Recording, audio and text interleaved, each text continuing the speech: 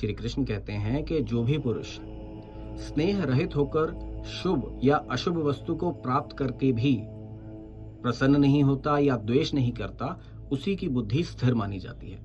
वह व्यक्ति शुभ को प्राप्त करके प्रसन्न या अशुभ को पाकर द्वेष कर ही नहीं सकते, क्योंकि वह स्नेह और द्वेष से ऊपर है।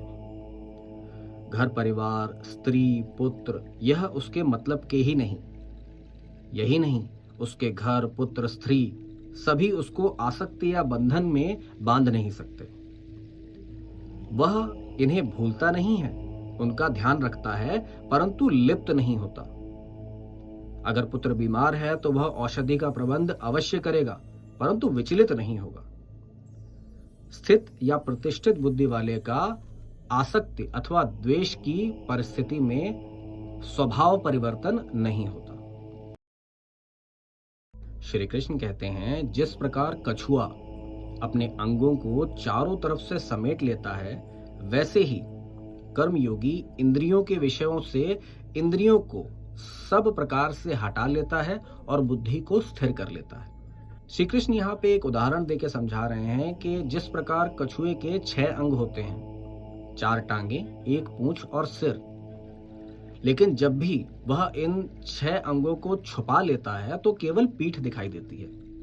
जिस प्रकार कछुआ अपने 6 अंग छुपा लेता है, उसी प्रकार एक ज्ञानी पुरुष 5 ज्ञानेंद्रियां और 1 मन, इन सबको किसी भी विषय से पूर्णतया हटा सकता है, अर्थात उनका चिंतन नहीं करता। उनकी बुद्धि स्थिर होती है और उनका मन विषयों के पीछे नहीं भागता।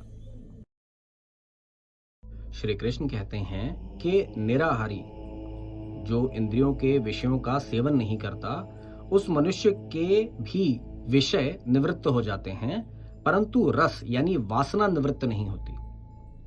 स्थिति प्रज्ञ मनुष्य का तो परमात्मा के तत्व को जानने पर रस भी निवृत्त हो जाता है। विषयों के प्रति इच्छा का हटना सरल प्रयास नहीं है। बूढ़ा अथवा बीमार मनुष्य भी जब वह विषयों का प्रयोग नहीं कर सकता, तब भी उसके मन में विषयों की इच्छा या वासना नहीं जाती। इंद्रियों के विषय तो शारीरिक दुर्बलता के कारण निवृत्त हो सकते हैं, परंतु वासना नहीं। जो वीतराग है, जिन्होंने भगवान का अनुभव कर लिया है, उनकी विषय तथा वासना दोनों से आसक्ति मूल रूप से हट जाती है। सारांश यह है कि जब साधक ईश्वर को जान लेता है तो उसको भगवान के अतिरिक्त कुछ भाता ही नहीं।